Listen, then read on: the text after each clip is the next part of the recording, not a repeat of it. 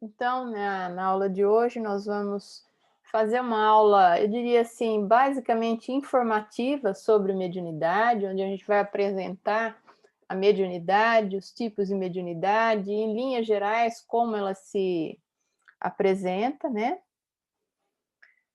Então, nós vamos recorrer basicamente ao livro dos médiuns, no capítulo 14º, onde Kardec nos apresenta os tipos de médiuns e mediunidades, né? Então, a base dessa aula é o próprio livro dos médiuns. E apenas lembrando que quando falamos de mediunidade, é interessante ressaltar que todo aquele que sente, num grau qualquer, a influência dos espíritos é por este fato médium. E Kardec nos ensina, os espíritos nos orientam, que todos nós, dessa forma, temos alguma mediunidade, porque não existe, em tese, uma pessoa que não registre, mesmo que minimamente, um pensamento que nos é dirigido. Vocês viram que a questão do pensamento, ela não está vinculada diretamente à mediunidade, né? Que nós somos mentes que emitimos ondas eletromagnéticas e que também sintonizamos com essas ondas. E isso está na base da mediunidade. Então, por natureza, algum grau de mediunidade, mesmo que mínima, no sentido de registrar pensamentos que não são nossos, a gente tem. Então, aquele que sente ou registra num grau qualquer a influência dos espíritos é por este fato médium. Mas a pessoa pode dizer: ah, Cláudia, mas eu não sou médium, porque se eu me sentar a uma mesa, numa reunião mediúnica, o espírito não vai falar por mim, eu não escuto o que o espírito sugere na minha mente, eu não percebo, eu não consigo discriminar isso.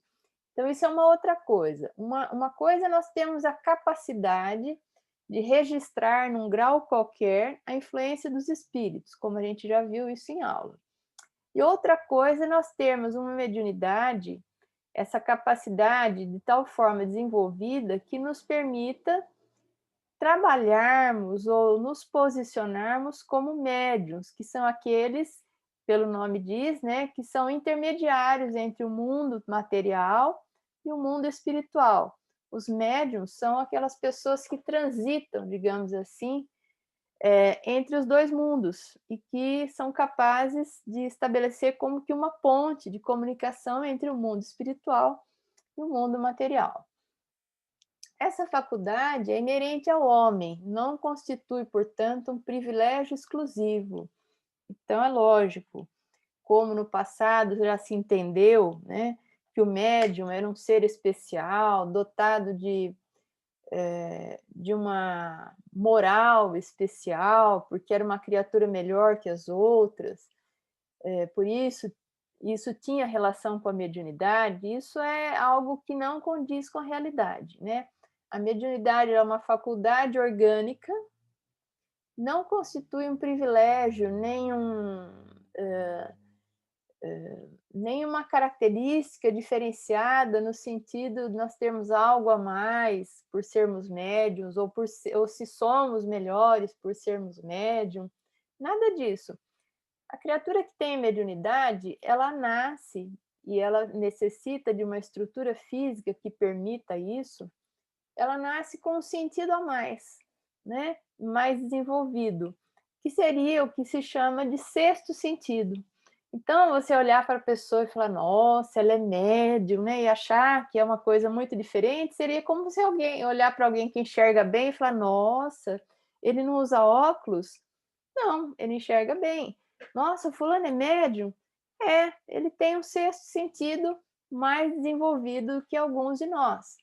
Mas, a princípio, para aí, né? Claro, vai depender do que ele faz com esse sexto sentido, e isso sim vai estar relacionado com as suas qualidades morais, e aí essa criatura pode se diferenciar no sentido de promover o bem. Exemplos, temos vários. Chico Xavier, Divaldo Pereira Franco, pessoas que elas não são o que são porque foram médiums, mas são bons médiums, porque já traziam, né, qualidades morais e se destacaram por isso, tá certo? Por isso mesmo, raras são as pessoas que delas não possuam alguns rudimentos, né? Por ela não ser privilégio, todos temos um fiozinho de mediunidade que seja. Pode, pois, dizer-se que todos são mais ou menos médiuns, no sentido geral.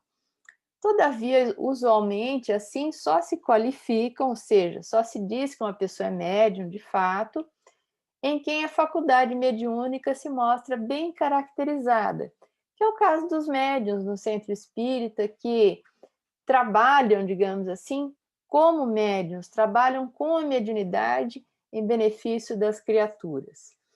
Então, só se qualificam como médiuns aqueles em quem a faculdade mediúnica se mostra bem caracterizada e se traduz por efeitos patentes de certa intensidade, o que então depende de uma organização mais ou menos sensitiva. É de notar-se, além disso, que essa faculdade não se revela da mesma maneira em todos. Então, aí a gente vai ver os tipos de médiums, né? Médiums, esses que têm essa faculdade, essa sensibilidade de uma forma mais intensa, mais ostensiva. Então, por isso se diz, fulano é médium, fulano não é. A rigor, todos somos, porém, alguns são médiums com capacidade, digamos assim, de trabalho, de estabelecer uma comunicação de fato, alguns são videntes, alguns são audientes, alguns têm uma sensibilidade mais global, e como a gente já viu, isso depende das características de ligação entre o perispírito do médium e o corpo físico. E quem depois for estudar a mediunidade vai ver que isso também tem relação com uma estrutura específica, que é a glândula pineal, né? Que é uma glândula que a gente tem localizada no, digamos assim, no meio da cabeça, né? Uma estrutura cerebral. Então, existe toda uma organização fluídica e material que possibilitam a faculdade mediúnica. Então, lá no capítulo 14, trata, no Livro dos Espíritos, dos médiuns. Então, nós vamos falar um pouquinho. Ao falar dos médiuns, estamos falando também das mediunidades.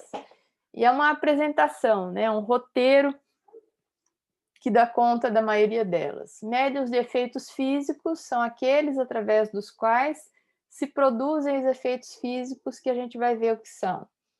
Médiuns sensitivos ou impressionáveis. Kardec coloca aí numa categoria específica, mas a gente vai perceber que todos os médiuns das outras categorias, eles de alguma forma, eles são impressionáveis, por assim dizer. Os médiuns audientes, que são aqueles que ouvem os espíritos. Os médiuns falantes, que são aqueles através dos quais os espíritos falam. Então, quando se diz, o médium está incorporado, né? Não é uma expressão que a gente usa muito, porque dá a impressão, essa palavra incorporado, que o espírito entrou no corpo do médium, e não é isso que acontece. Mas, quando o espírito fala através do médium, normalmente a pessoa que é leiga, ela fala, fulano incorporou um espírito, né? Então, a mediunidade ela é tão bem desenvolvida que o espírito pode se utilizar do médium para falar. Essa faculdade é também chamada de psicofonia, tá? Tem os médiuns videntes, que são aqueles que enxergam os espíritos. Não estamos falando aqui daquela situação de efeito físico, onde o espírito se materializa e todo mundo enxerga. O médium vidente, só ele enxerga o espírito, porque na verdade ele está enxergando o perispírito daquele espírito. Os médiuns curadores, que é uma outra categoria, e os médiuns escreventes, também chamados de psicógrafos. Chico Xavier foi um exemplo clássico deles, né? Dos médiuns psicógrafos, porém, como no Chico e assim como em muitos outros médiuns, muitas vezes você tem um médium que tem várias possibilidades mediúnicas ao mesmo tempo. Então, o Chico, ele era vidente, ele tinha praticamente, ele era médium de efeitos físicos, inclusive no começo da seu trabalho mediúnico, ele se prestava a essas sessões de mediunidade de efeitos físicos. Ele tinha todas as outras mediunidades e algumas outras que não estão aqui detalhadas. O Chico, por exemplo, se alguém lhe desse um copo na mão, qualquer objeto, ele de tocar o objeto, de tocar o copo, qualquer coisa, ele sabia características dos fluidos que estavam ali impregnados, sabia quem teria tocado nesse copo antes, saberia a história das pessoas que entraram em contato com esse copo. Quando recebia cartas, pilhas de cartas, ele ia separando, ele não lia, ele ia separando, ele lia depois. Ele ia separando os envelopes conforme assunto, só de tocar na carta, porque por essa capacidade da psicocinesia, que é esse tipo de mediunidade, que é captar as vibrações das cartas, as vibrações dos objetos, ele sabia o conteúdo. E aí, então, depois ele ia lê-las, né? Sabia o conteúdo, sabia a urgência, enfim. É bem interessante isso. Então, além dessas que estão listadas aqui, tem infinitos outros tipos de mediunidade, subdivisões, né? Vamos ver um pouquinho sobre os médiuns de efeitos físicos. Os médiuns de efeitos físicos são particularmente aptos a produzirem fenômenos materiais, como os movimentos dos corpos inertes ou ruídos, e podem dividir-se em médiuns facultativos e médiuns involuntários. Daqui a pouco a gente vai ver o que é um e o que é outro. Esses efeitos físicos é só a gente lembrar da época de Kardec, né, da codificação da doutrina espírita, onde nós tínhamos as mesas girantes, existiam os raps, né, aqueles barulhos que vinham de dentro da estrutura dos objetos, as pancadas, né, que eram produzidas pelos espíritos desencarnados, com a contribuição dos encarnados que liberavam uma substância sem perceber, chamada ectoplasma, que era utilizada pelos espíritos para fazerem esses fenômenos de efeitos físicos. Então, esse ectoplasma, ele é uma espécie de fluido, ele é um intermediário entre a matéria densa, a matéria mais grosseira do nosso corpo, e os fluidos mais sutis. Então, ele tem aí, digamos, uma densidade intermediária. Nós vamos mostrar algumas fotos de materialização onde aparece o ectoplasma. Ele é considerado uma substância viscosa e gelatinosa, que parece diferir das outras formas conhecidas de matéria. E André Luiz nos diz que ele está situado entre a matéria densa e a matéria perispirítica. Então, ele é aí o intermediário. Que algumas pessoas encarnadas têm abundância, esse ectoplasma ele se desprende do corpo do médium através dos orifícios, da boca, do nariz, do ouvido, vagina, de ânus, de todos os orifícios, né? Ele é expelido. A pessoa às vezes não tem a menor ideia disso e contribui involuntariamente, quer dizer, sem saber e sem querer, para que ocorram esses fenômenos de efeitos físicos. E detalhe, então, né? Lembrando que os efeitos físicos são aqueles percebidos por todos os encarnados. Podem ser vozes no ambiente, podem ser barulhos, pancadas, movimento de objetos, né? Enfim, vários efeitos, como a gente vai ver. Os médiuns facultativos são aqueles que produzem os efeitos por ato da própria vontade. Eles sabem que eles podem produzir, eles têm domínio sobre a faculdade. Então, se você vai organizar uma reunião mediúnica de efeitos físicos, o médium vai se concentrar, ele vai cair em transe, ele vai liberar o ectoplasma. Então ele está consciente daquilo, daquela experiência da qual ele está participando. Os médiuns involuntários, que talvez sejam inclusive a maioria, ou também chamados médiuns naturais, eles são aqueles cuja influência se exerce a seu malgrado, quer dizer, eles não estão participando voluntariamente daquilo. Nenhuma consciência tem do poder que possuem, e muitas vezes o que de anormal se passa em torno deles não se lhes afigura de modo algum extraordinário. Os médiuns de efeitos físicos, assim como a mediunidade de efeitos físicos, já foi muito mais comum, já foi muito mais frequente. A época de Kardec, ela exerceu um papel fundamental e ela foi essencial para chamar a atenção de várias pessoas, mas especialmente de Kardec, para a existência do mundo espiritual. Houve um tempo em que ela teve um papel muito importante para ir sedimentando na mente das criaturas a existência desse mundo espiritual através desses fenômenos de efeitos físicos que se afiguram aos olhos das criaturas como fenômenos fantásticos, né? Porque imagina, você dá 2 pancadas numa mesa, ela responde com mais 2, ou imagine uma banqueta de um piano levitando, né? Numa sala, ou uma pessoa levitando a metros de altura do chão, né? Isso causa espanto, isso causa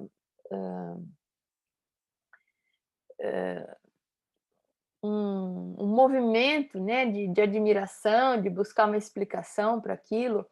Fenômenos de voz direta, daqui a pouco eu vou colocar um áudio para vocês, de um fenômeno de voz direta envolvendo o espírito Chopin. Então, são coisas interessantíssimas, né? A Bíblia está repleta de fenômenos de efeitos físicos. Quando nós temos lá aquele episódio de Moisés apacentando as ovelhas no monte, chamado, no monte considerado monte sagrado, em que ele observa que a sarça arde sem se sumir. Isso é um fenômeno de efeito físico, não era fogo realmente que estava acontecendo ali, naquela sarça, naquele arbusto, porque ela não se consumia, e se aquilo fosse fogo, ela se consumiria. Era o fenômeno que é chamado pelos estudiosos da paranormalidade de poltergeist, onde existe a combustão espontânea de objetos. Isso também é um fenômeno de efeito físico. E daquela sarça ardente saiu uma voz, que seria, supostamente pela Bíblia, a voz do Senhor falando com Moisés, para que ele retirasse o povo hebreu do jugo, da escravidão, né, do Egito. E aí começam todos aqueles fenômenos que são narrados no Êxodo. Então, isso foram fenômenos de efeitos físicos. Quando Jesus foi batizado no Rio Jordão por João Batista, houve um fenômeno de voz direta, onde todos ouviram uma voz que dizia, foi formada uma garganta de ectoplasma, não visível, mas o seu som era audível, e aí todos ouviram, este é meu filho amado, em quem me comprazo, né? E assim, se a gente for buscar, tanto no Evangelho, no Novo Testamento, mas principalmente no Velho Testamento, uma quantidade imensa de mediunidade de efeitos físicos. Hoje ela é muito rara, né? Materializações, como já ocorreram, é algo que praticamente não ocorre mais, porque esse tempo já passou. Hoje as mediunidades elas são mais de efeito inteligente, é a psicofonia, a psicografia, né? Elas envolvem o intelecto do médium e não apenas a liberação do ectoplasma. Então vejam, Vejam que são manchetes antigas, antiquíssimas, inclusive, né? Onde você tem a casa dos estranhos acontecimentos, fantasma põe pensão em pânico, e de vez em quando, agora menos, mas eu já estou ficando meio velha, né? Não muito, um pouquinho. Família poltergeist, e várias coisas, ou às vezes terror na família, situações, olha aqui, casa mal assombrada, as visagens continuam, né?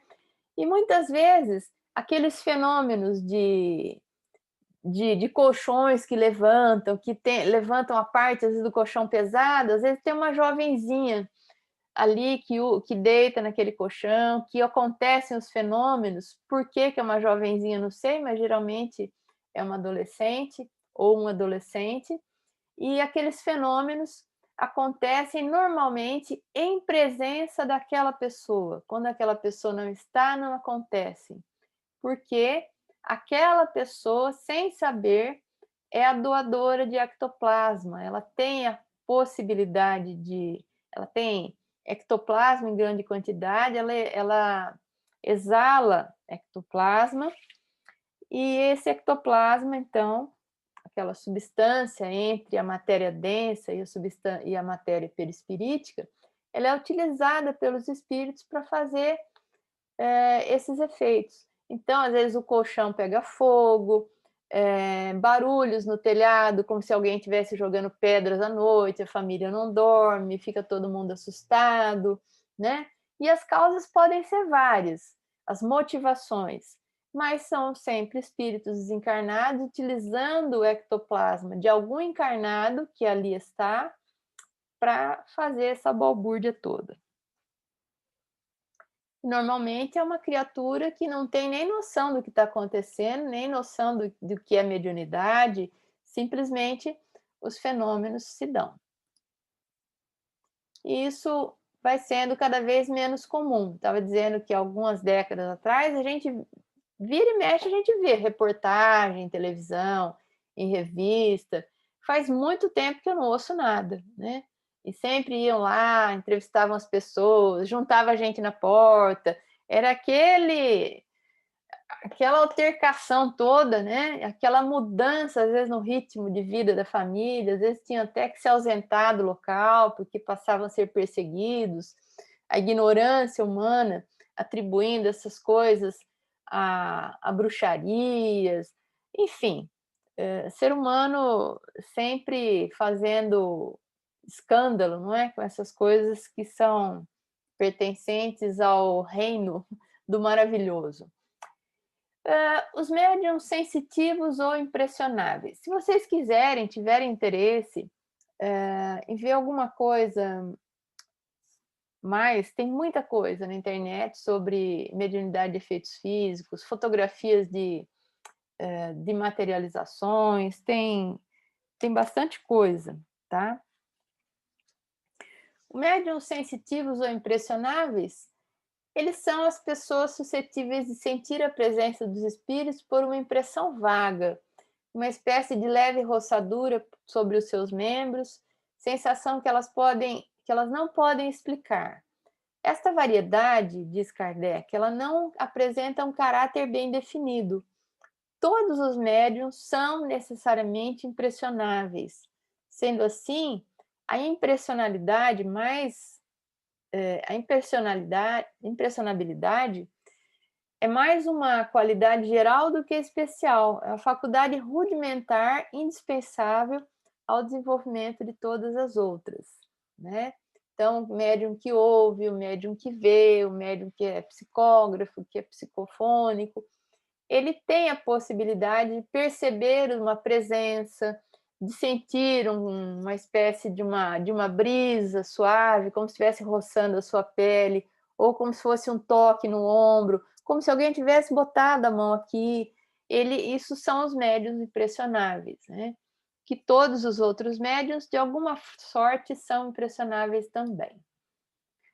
Olha aqui, voltando para a mediunidade efeitos físicos, a gente tem aqui o célebre caso da materialização do espírito Kate King, que se materializava pela médium Florence Cook, e foram esses fenômenos estudados pelo cavaleiro da coroa britânica, grande expoente da química e da física, Sir William Crookes. A Florence Cook era uma jovem médium de 15 anos, e ela já tinha tido outras experiências com materializações, com eliminação de ectoplasma, e, portanto, ela se apresenta, quando ela tinha essa idade, a William Crookes, que era um estudioso, que era um investigador, e se coloca para que ele fizesse experimentações com ela, para que ele investigasse os fenômenos que ocorriam através dela, porque ela mesma tinha curiosidade em entender o que acontecia, né? Então, a gente vê aqui à direita o espírito Kate King, à esquerda a médium, né, Florence Cook. Elas tinham, inclusive, alguma semelhança física, o que às vezes dificultava um pouquinho, porque no começo da materialização, ela expelia o ectoplasma e a Kate King ia se materializando praticamente na frente do rosto dela e depois ia se destacando, né? E aqui à esquerda a gente vê um cirurgião examinando a Kate King. Eles chegaram a tomar a pulsação da Kate King, tão real era essa materialização, que era possível sentir o sangue pulsando nos vasos, frequência cardíaca, ela foi pesada. Eles fizeram várias medidas médicas com a Kate King, e essas experiências elas duraram de 1871 a 1874. E ao final delas, o William Crookes ele se declara espírita e ele tem uma frase célebre, né, que ele diz: "Não digo que isto é possível, digo que é real". E então isso custou quase a ele a sua posição na Academia Britânica de Química. Ele praticamente foi bastante hostilizado, quase que foi convidado a se retirar, né? Mas ele sustentou então o resultado das suas investigações e as suas convicções pessoais acerca da sobrevivência dos espíritos e da existência, né, dos espíritos. Aqui a gente vê, olha, essa foto, está aí o Chico ao lado de um médium, que é um famoso médium de efeitos físicos e materialização, que é o Peixotinho. E essa foto, o Chico certamente está aí para atestar, né, a veracidade, porque esse tipo de mediunidade, eu não sei se vocês estão percebendo como ela impressiona, olha essa figura, chega a ser chocante para algumas pessoas, né? Vejam o ectoplasma saindo da boca do Peixotinho e parece que é uma faixa que está envolvendo o espírito, a pessoa que está atrás e que está ligada na boca do médium, quando na verdade é ectoplasma que está aí sendo expelido por ele e vai se tornando mais denso, mais materializado, a ponto de adquirir um aspecto que todos enxerguem. Então, Chico participou de várias reuniões de materialização com a presença do Peixotinho, e para atestar a veracidade, né, eram produzidas atas. Olha, essa aqui é uma ata escrita de próprio punho pelo Chico Xavier, e aqui, abaixo da foto, ele escreve: "Declaro que esta fotografia foi batida em reunião de materialização em nossa residência em Pedro Leopoldo, Minas, pelo senhor Henrique Ferraz, servindo de médium o senhor Francisco Peixoto Lins, achando-me presente, assim como diversos companheiros que testemunharam o fenômeno e acompanharam a reunião em todas as suas fases. Pedro Leopoldo, 3 de dezembro de 1954. Então, aqui do lado também, uma outra, né? onde o Chico atesta, inclusive, a presença de alguns espíritos, entre eles a irmã Sheila, que posteriormente também se materializou. E aqui, na foto, a gente tem o Chico, o Peixotinho e o espírito materializado, que era irmã Ana, que ela havia sido uma freira quando encarnada. E por que precisa de ata, né? Por que precisa atestar a veracidade desse fenômeno? Porque é um fenômeno que dá margem a muita charlatanice, né?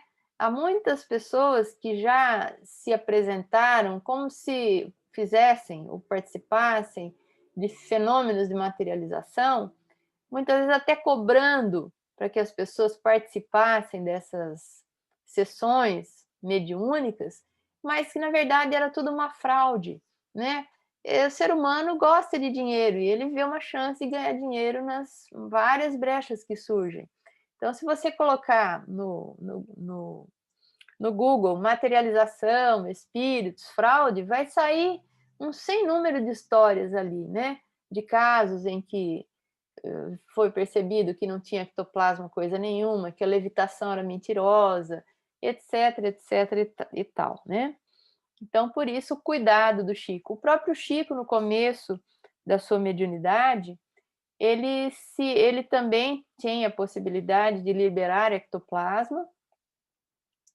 Imagine só, o Emmanuel se materializava através da mediunidade do Chico, a irmã Sheila, a Meimei, até que um dia o Emmanuel disse ao Chico que aquelas sessões deveriam terminar por ali, que é nessa época aí, foi de 1951 a 1954. Porque a partir dali o Chico não mais se dedicaria às sessões de materialização. Diga-se de passagem, é um tipo de mediunidade que esgota muito o fluido vital do médium, né? Ele fica muito exausto, consome muito as energias do médium. E Emmanuel disse que a partir de então, foi por volta de 1954, o Chico não mais trabalharia, não mais deveria se envolver nas sessões de materialização. Porém, ele passaria a materializar ideias através da psicografia dos livros, né? E que isso era muito mais interessante para a posteridade. De fato, né? Se ele tivesse ficado ali nas reuniões de materialização, teria sido interessante para quem participou, para quem viu, mas é muito mais representativo a gente ter um livro em mãos, né, com as ideias materializadas e que fica aí para a posteridade. Então, essa é a história do Chico com os fenômenos de efeitos físicos.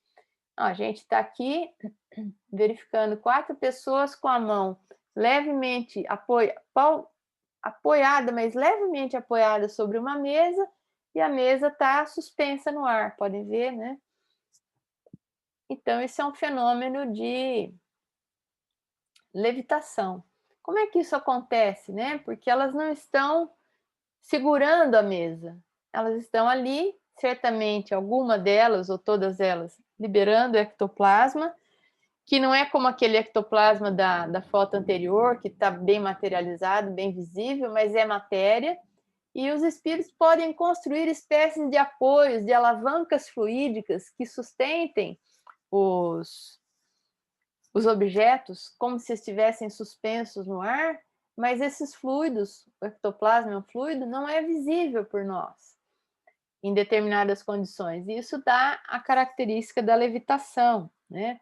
As famosas alavancas fluídicas que podem sustentar os objetos como se eles estivessem desafiando, como se eles estivessem desafiando a lei da gravidade.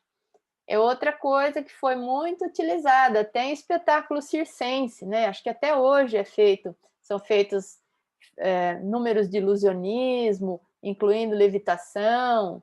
Então, existe a levitação, existem os casos legítimos, são raros, e existe toda essa parte de espetáculo em torno desse fenômeno.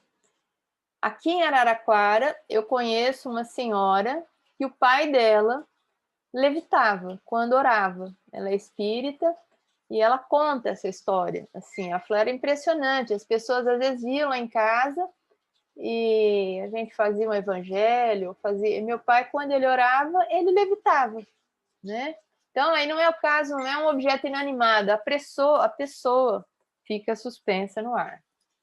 Esse é um é também um.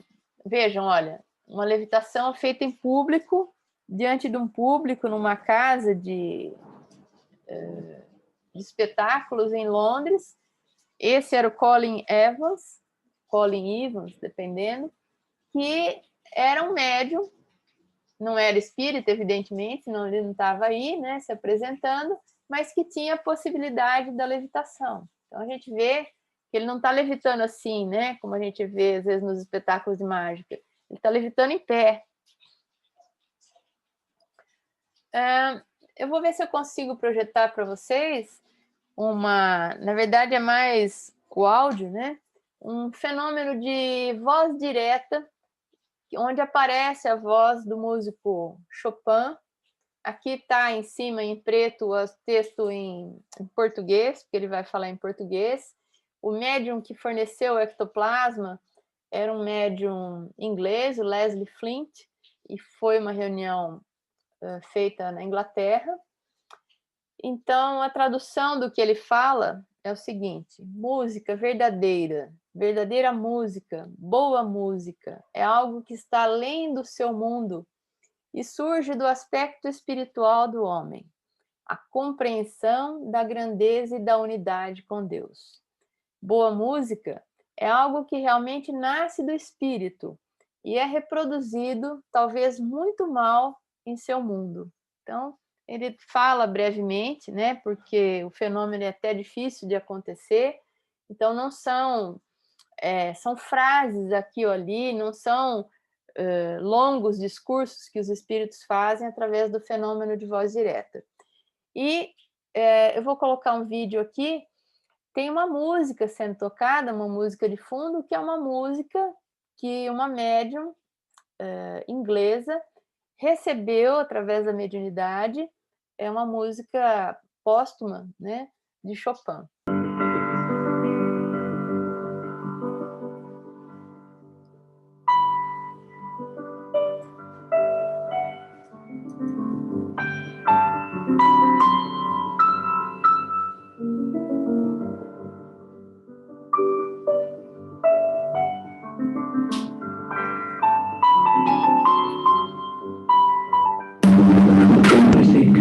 Music, great music, is something that is beyond your world. It springs from the spiritual aspect of man, the realization of the greatness and the oneness with God. Great music is something that is really born in the spirit and is reproduced perhaps very badly in your world. Então ele diz isso, olha, música verdadeira. Ele usa duas expressões para designar verdadeiro. Então ele repete: música verdadeira, boa música é algo que está além do seu mundo e surge do aspecto espiritual do homem, ou da natureza espiritual do homem. A compreensão da grandeza e da unidade com Deus. Boa música é algo que realmente nasce do espírito e é reproduzido, talvez muito mal em seu mundo, né? Chegará o dia em que a música do nosso mundo será uma reprodução muito mais perfeita, muito mais fiel da música das esferas superiores. Vamos estudar um pouquinho sobre os médiums audientes. Tá chegando bem meu som? Eu reconectei meu fone aqui, ok? Tá. Então, os médiums audientes, olha que interessante. Médium audiente, eles ouvem a voz dos espíritos. Algumas vezes é uma voz interior, ele ouve dentro da cabeça dele, né? Como se uma voz dissesse alguma coisa, é difícil de explicar, mas é algo que se faz ouvir, como está aí, no foro íntimo. Outras vezes é uma voz exterior, clara e distinta, qual a de uma pessoa viva, ou seja, de uma pessoa encarnada. Então, às vezes, o médium, ele ouve, mas ele fala que ele ouve dentro da cabeça, que algum espírito está falando na cabeça dele. Ele se expressa dessa forma. Outras vezes, não. Ele ouve como vocês estão me ouvindo. Ele escuta como se tivesse uma outra pessoa encarnada aqui do lado, dizendo alguma coisa para ele. Sabe se é voz de mulher, sabe se é voz de homem, se é voz grave, se é voz aguda, se é voz de gente jovem, se é de pessoa mais idosa. Exatamente a mesma discriminação auditiva que a gente tem. Os médiuns audientes podem, assim, travar conversação com os espíritos. É claro, mental, né? Quando tem o hábito de se comunicar com determinados espíritos, eles reconhecem-nos imediatamente pela natureza da voz. E também pela vibração que o espírito traz, pelo ambiente, né? Os médiuns percebem quem é o espírito que está ali na sua companhia. Quem não seja dotado desta faculdade pode igualmente se comunicar com o espírito, se tiver auxiliá-lo um médium audiente que desempenha a função de intérprete, que é exatamente a função de médium, né? Nós temos essa experiência, né, na nossa mediunidade. Ela pode ser muito útil, como já me foi na vida. Às vezes pode ser um tanto desagradável, quando você tem um espírito que não gosta de você ou que se tornou um obsessor e começa a falar coisas que você não quer ouvir, ou coisas que vão te jogando para baixo, e que se a gente não for muito firme no conhecimento da doutrina espírita e da mediunidade, aí entra o papel do conhecimento, a gente às vezes até se desequilibra, né? Então, na minha experiência pessoal, é interessante porque eu ouço a voz exatamente como vocês estão me ouvindo, né? Eu às vezes até olho para ver se não tem realmente ninguém. E é uma coisa espontânea, não é quando eu queira. É como o Chico dizia, né? O telefone toca de lá para cá. Em alguns momentos a gente percebe, em outros, por mais que a gente queira ouvir alguma coisa, às vezes não ouvimos nada. Médiuns audientes. Esta faculdade é muito agradável quando o médium só ouve espíritos bons, mas isso não existe. Médium que só ouve espírito bom não existe na face da Terra. Ou unicamente aqueles por quem chama. Assim, entretanto, já não é quando um espírito mau se lhe agarra. Achei interessante essa expressão, né? Fazendo-lhe ouvir a cada instante as coisas mais desagradáveis e não raras mais inconvenientes, né? Cumpre-lhe, então, procurar livrar-se desses espíritos pelos meios que lhes indicaremos no capítulo da obsessão.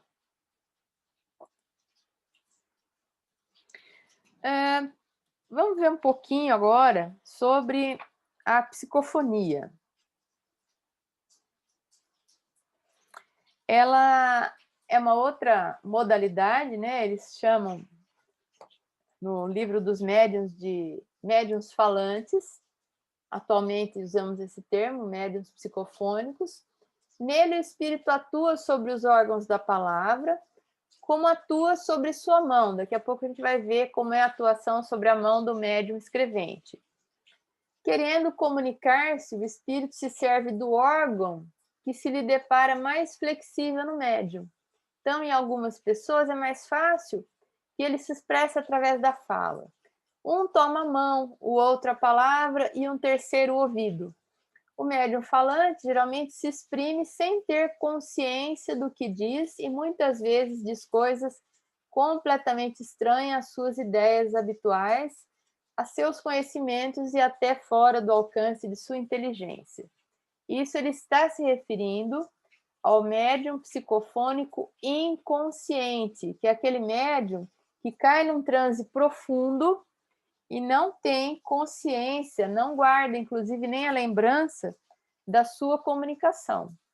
Porém, quando vocês forem estudar mediunidade nos cursos, vocês vão estudar que o médium inconsciente, embora caia num transe, como numa sonolência, e fica mais aberto à influência espiritual, ele ainda assim tem controle da comunicação que ele está dando. Ele não é um instrumento passivo, por mais que pareça, na mão do espírito. Porém, ele não tem consciência plena do que ele falou e às vezes não se lembra exatamente, sabe que o espírito queria, sabe qual era a intenção, as ideias do espírito ao se aproximar, mas ele não guarda a recordação da comunicação. Então, olha, embora se ache perfeitamente acordado e em estado normal, né, depois que ele sai do transe, raramente guarda a lembrança do que diz. Esse tipo de médium também já foi mais comum. Hoje nós podemos dizer que ele é relativamente raro, pouco frequente o médium psicofônico inconsciente, aquele que não lembra da comunicação e que cai nesse transe profundo. O que nós temos são médiums conscientes que registram claramente o pensamento do espírito, as frases do espírito, e vão reproduzindo isso através das suas faculdades psíquicas, e por isso se lembram da comunicação, porque eles não estão num transe profundo, como se fosse um adormecimento.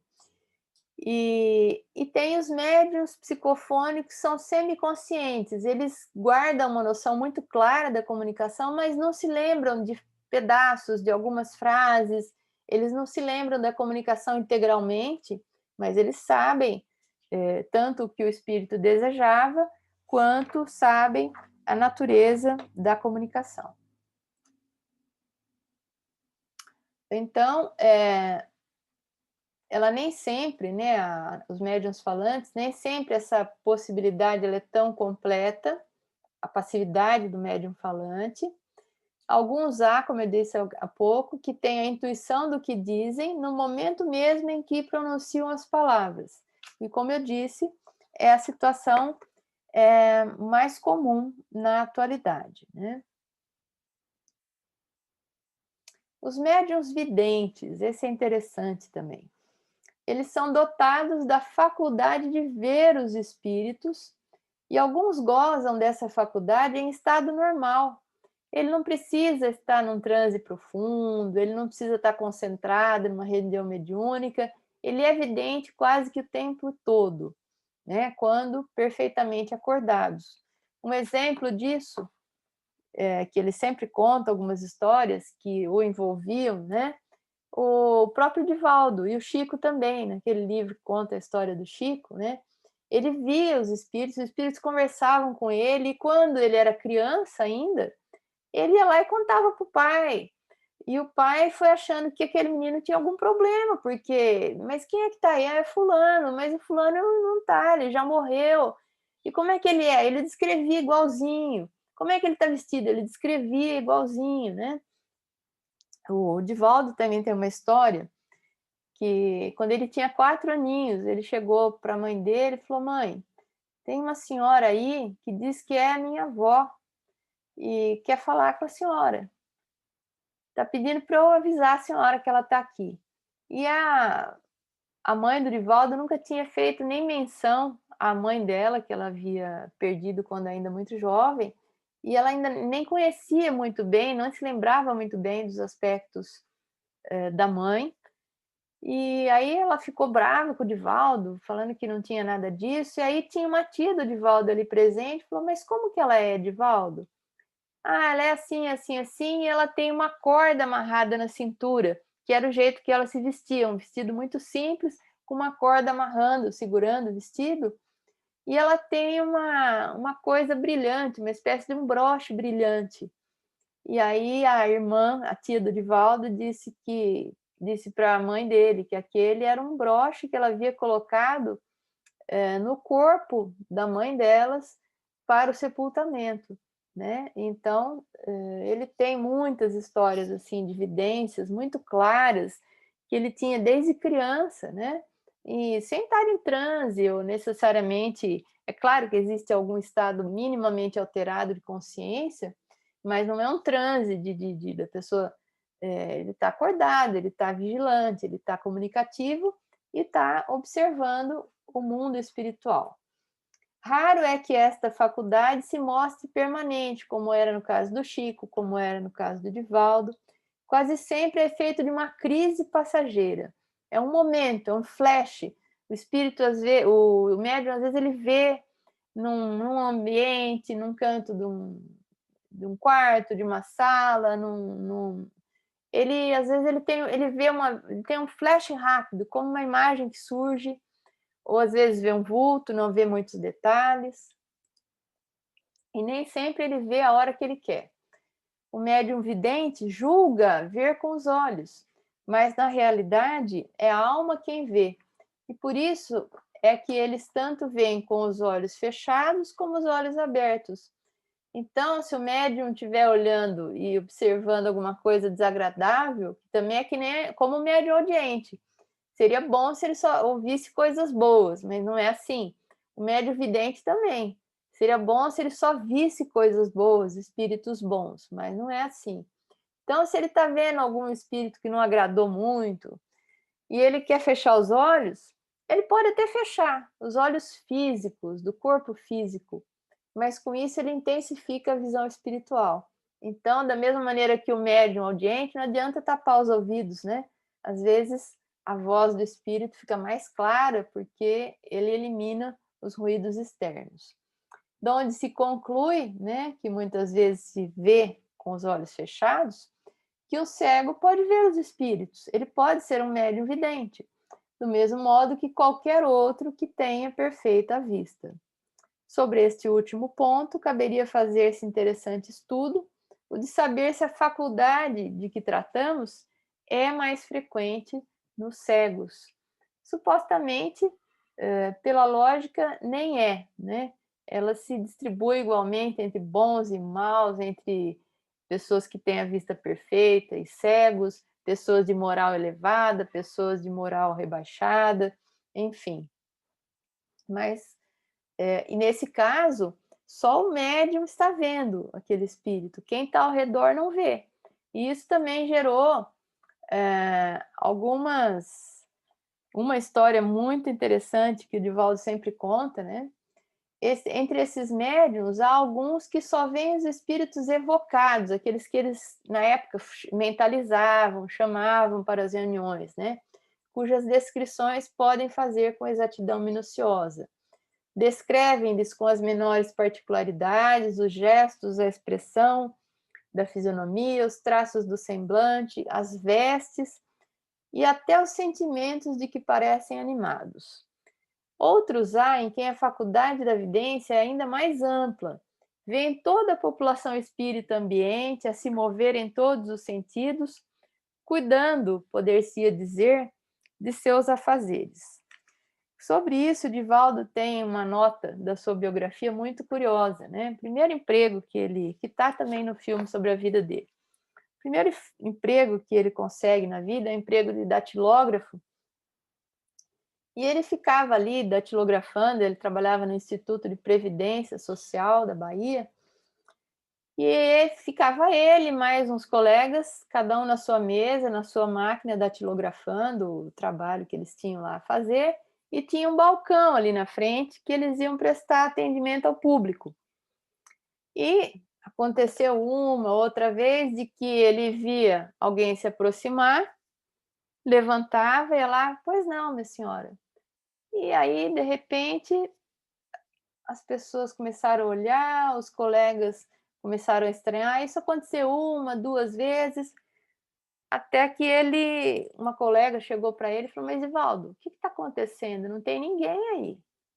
Ah, não, tal, não tem. Aí ele deu aquela disfarçada e aí ele explicou para ela a condição dele de médium e que ele não tinha, e que ele tinha dificuldade para agora já não, né? Porque com esse tempo todo de mediunidade ele foi aprendendo, mas quando ele era jovenzinho ele tinha dificuldade para diferenciar o espírito desencarnado de um encarnado. Tão nítida era a vidência dele.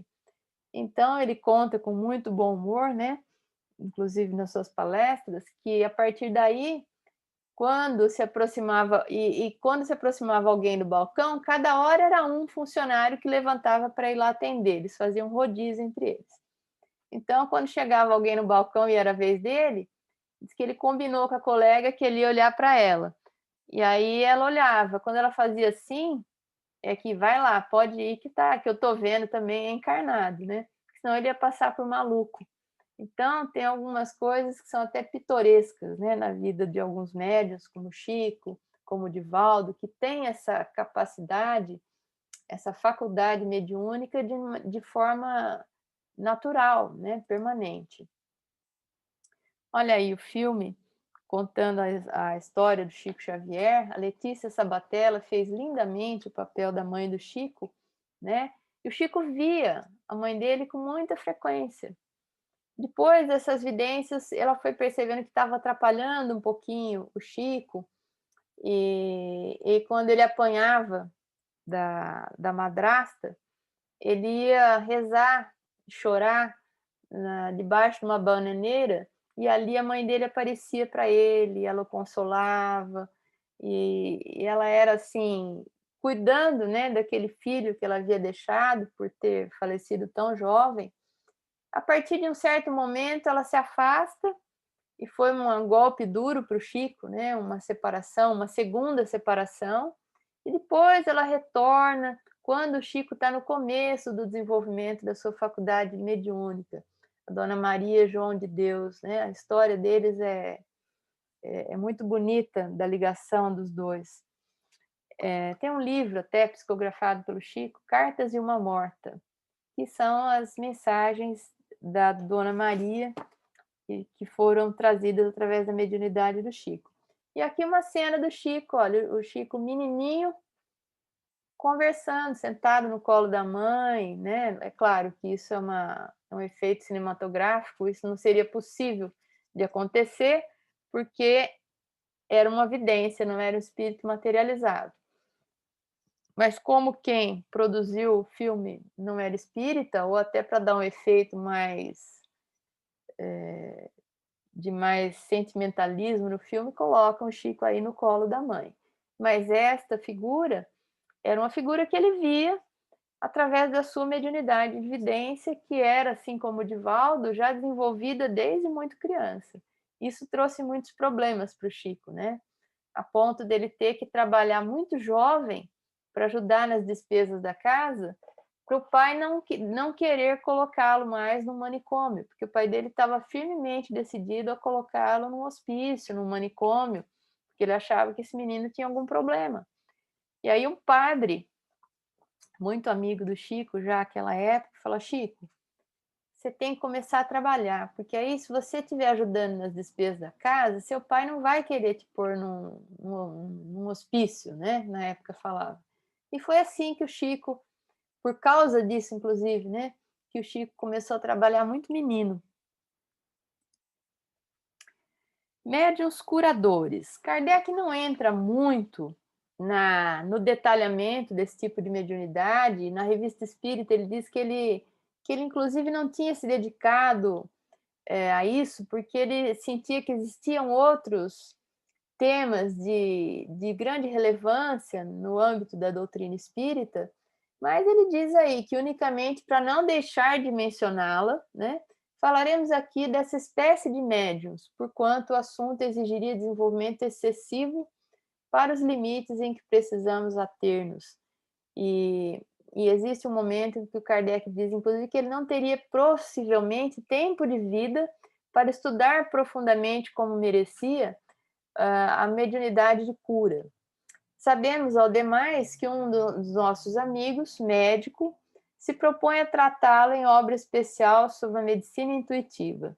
Diremos apenas que este gênero de mediunidade consiste principalmente no dom que possuem certas pessoas de curar pelo simples toque, pelo olhar, mesmo por um gesto, sem o concurso de qualquer medicação.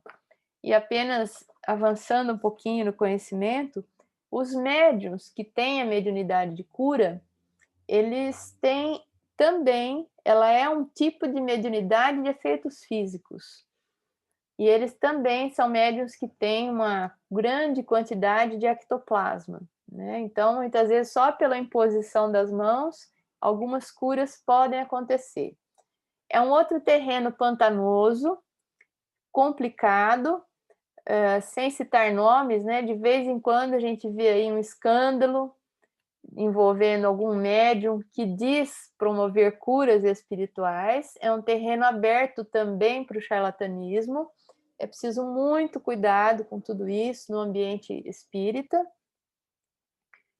E aquela coisa, essa mediunidade existe, mas se o médium tiver que optar entre curar corpos e se dedicar a auxiliar espíritos, é muito melhor que auxilie a esclarecer espíritos, a curar almas, né? Do que curar os corpos, porque os corpos, eles em algum momento adoecem e nós desencarnamos em função disso. Mas um espírito esclarecido, ele fica esclarecido para sempre. Então, é lógico que isso é uma mediunidade que envolve muitos interesses, às vezes.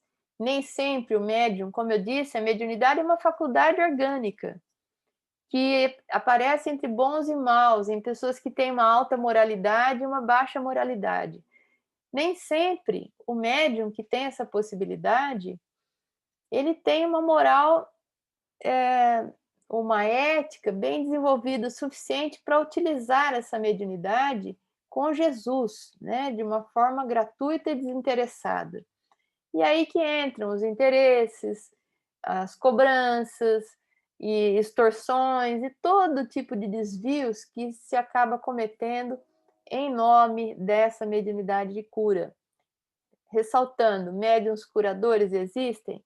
Existem, mas alguns que acabam adquirindo uma grande projeção usam dessa possibilidade que talvez exista neles para extrapolarem, né, determinados limites. Muitas vezes, quando nós éramos crianças, né, quando eu era criança, fui levada em benzedeiras, que eram mulheres de uma extrema dedicação, desinteressadas, né, que eram rezadeiras, que pegavam lá um galinho de arruda, um galinho de qualquer outra planta, e benziam, e a criança sarava de determinadas moléstias. O que é isso? Era mediunidade de cura. Só que era uma simplicidade, aquelas senhoras, né? Aquela casinha humilde, a gente ia lá, batia, ela atendia.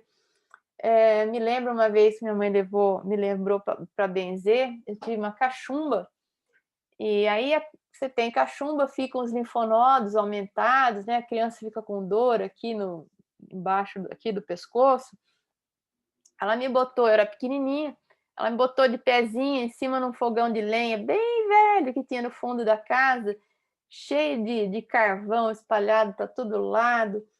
E aí ela pegou um facão desse tamanho, eu lembro que eu tremia, porque eu não esqueço do facão. Ela passava aquele facão naquele carvão batizado, né, que já tinha sido usado, aí aquele facão cheio de cinza, ela passava aqui no meu pescoço e falava assim, o que eu corto? E eu tinha que repetir, íngua. O que eu corto? Íngua. E fez lá quantas vezes tinha que fazer, fez o sinal da cruz aqui, aqui, aqui, em vários pontos do meu corpo. Passou, sumiu, né? Desinchou. Ela me curou? Provavelmente ajudou. Ia desinchar sozinho? Ia, em algum momento, né? Seu Hélio conta uma história que ele teve um problema de erisipela e nada curava, nada resolvia, nada resolvia. Aí ele falou, olha, tem um senhor ali que faz um benzimento fabuloso para erisipela. Aí ele foi lá, estava afastado, não estava podendo dar as aulas dele e tudo mais. O senhor foi lá na casa dele, pegou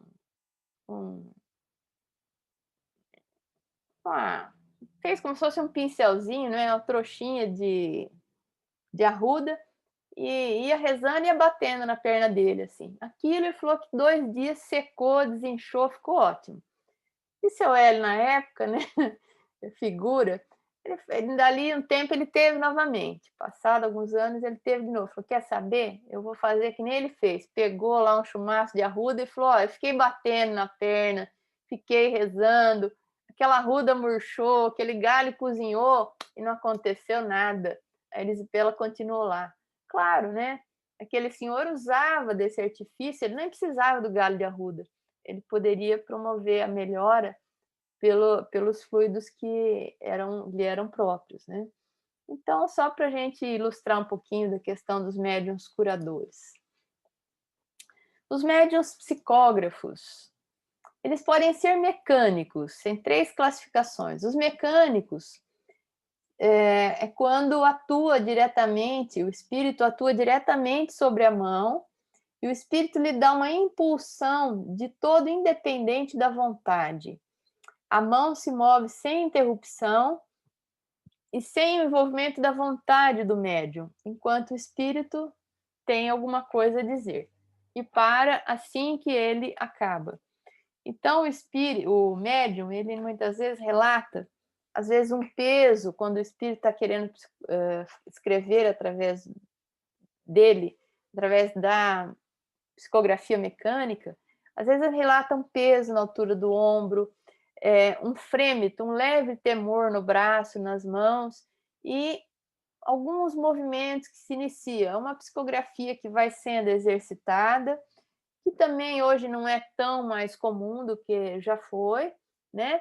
Então, aos poucos, o médium vai treinando a concentração, o espírito vai treinando escrever através da sua mão, e vão saindo as primeiras frases, palavras, mas o médium ele não sabe, ele vai lendo à medida que ele vai escrevendo, é um movimento puramente mecânico. O espírito faz haver uma impulsão no braço do médium, tá? A psicografia do Chico Xavier era mecânica. Lembram que ele ficava assim em transe e o braço ficava naquele frêmito, e a hora que terminava, pum, ele soltava o lápis. E alguém ia trocando as folhas, tudo, ia mudando o lápis, porque ia gastando a ponta e tudo mais. Era uma psicografia mecânica. É por isso que, através da psicografia mecânica, o espírito consegue, inclusive, assinar exatamente como ele assinava quando encarnado, como acontecia nas psicografias do Chico, que foram, algumas delas, foram aceitas até em tribunais, as assinaturas do espírito, né? No outro extremo, nós temos os médiuns psicógrafos inspirados, onde eles têm consciência daquilo que o espírito está querendo escrever, eles percebem os pensamentos dos espíritos e sentem vontade de escrever, sem necessariamente sentirem um impulso no braço. E temos os médiuns semimecânicos, que é uma mistura das duas coisas. Ele sente que existe na sua mão uma impulsão, um leve tremor, um frêmito, que acontece independente da sua vontade, e ao mesmo tempo eles têm consciência do que escrevem, eles percebem o pensamento do espírito à medida que as palavras vão se formando, tá? Só lembrando que o primeiro existe, mas os mais comuns são os semimecânicos e os inspirados. Com relação aos bons médiums, aí não é mais o tipo de humildade, de mediunidade, mas características dos bons médios, isso se aplica a todos eles, né? São os que unicamente para o bem se servem de suas faculdades e para fins verdadeiramente úteis. Acreditam profaná-las utilizando-se delas para sua satisfação de curiosos e indiferentes ou para futilidades. Então, um bom médium, ele necessariamente é sério, né? Ele dá um tom de seriedade ao emprego da sua mediunidade. Um bom médium é também humilde, modesto. São aqueles que nenhum reclamo fazem das comunicações, eles não ficam alardeando as comunicações que recebem, né? Por mais belas que sejam. Consideram-se estranhos a elas e não se julgam ao abrigo das mistificações, dos enganos, né? Longe de evitarem as opiniões desinteressadas, solicitam-nas.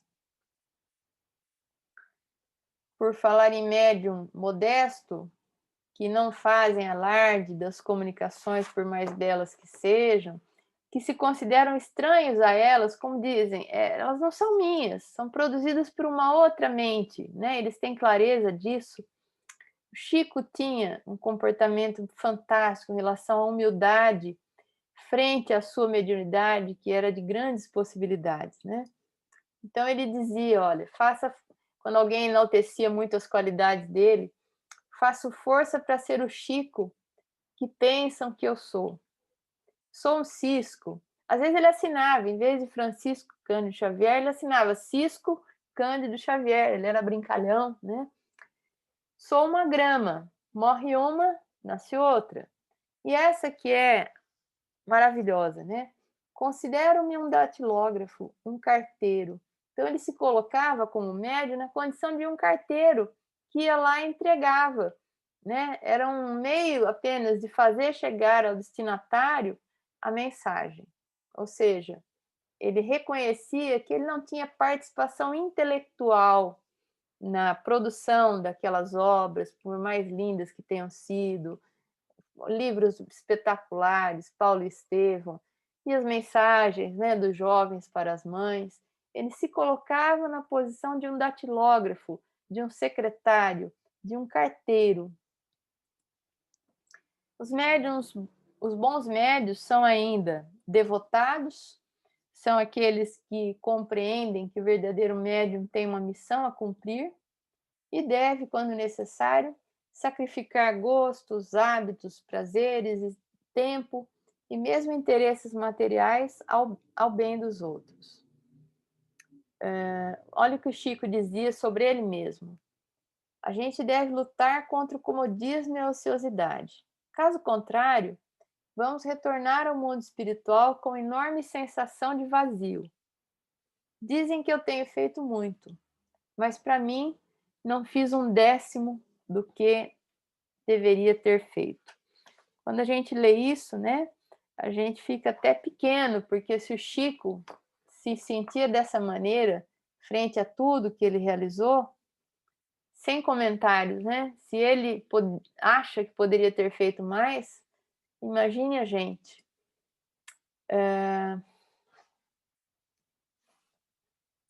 E eu queria ainda lembrar que entre as qualidades dos bons médios, temos ainda os médiums seguros. Então, se a gente juntar médium seguro, devotado, modesto e médiums sérios, são as grandes qualidades, né, que formam em conjunto um bom médium.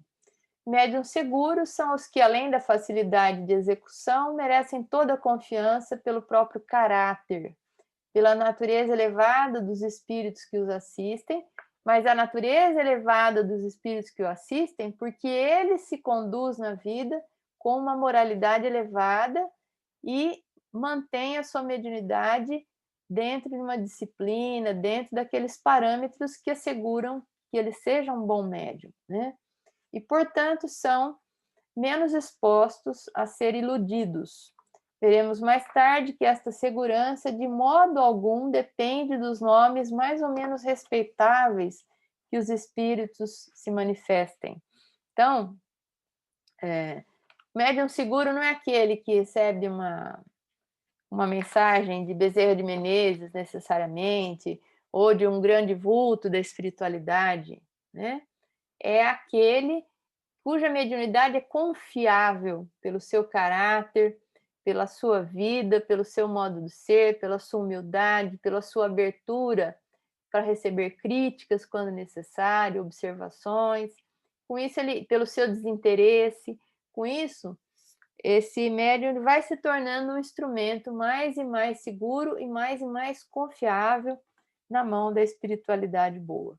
Resumindo, se a gente quiser saber como deve ser o emprego da mediunidade dentro dos parâmetros espíritas, dentro dos parâmetros cristãos, que é a mediunidade com Jesus, né? A mediunidade útil ao bem do próximo, despojada de qualquer interesse, de qualquer cobrança de vantagens ou cobranças financeiras, despojada de qualquer interesse pessoal, de brilho ou de exposição do médium ou de exaltação da própria personalidade. Se a gente quiser entender, ter um modelo de, de médium, assim, a ser seguido, pensemos no Chico Xavier, né? Com toda a humildade que ele levou sua vida, nunca se utilizou de um centavo oriundo da sua mediunidade, dava da sua vida, do seu tempo, auxiliava todos que procuravam, deixou uma obra aí fantástica para todos nós. Então é a mediunidade desinteressada, o único interesse é servir a Jesus, é fazer o bem, é se colocar como um humilde servidor, como um instrumento nas mãos da espiritualidade maior. Outro dia, conversando com um amigo que é médium, e ele tinha feito uma palestra lindíssima. Eu falei, que maravilha a sua mediunidade, porque ele foi claramente inspirado ali. Ele falou, Cláudia, eu apenas me esforço para ser um bom encanamento. Eu falei, oi? Ele falou, o médium é como se ele fosse um encanamento por onde escoa a água pura de uma fonte cristalina que vem do alto.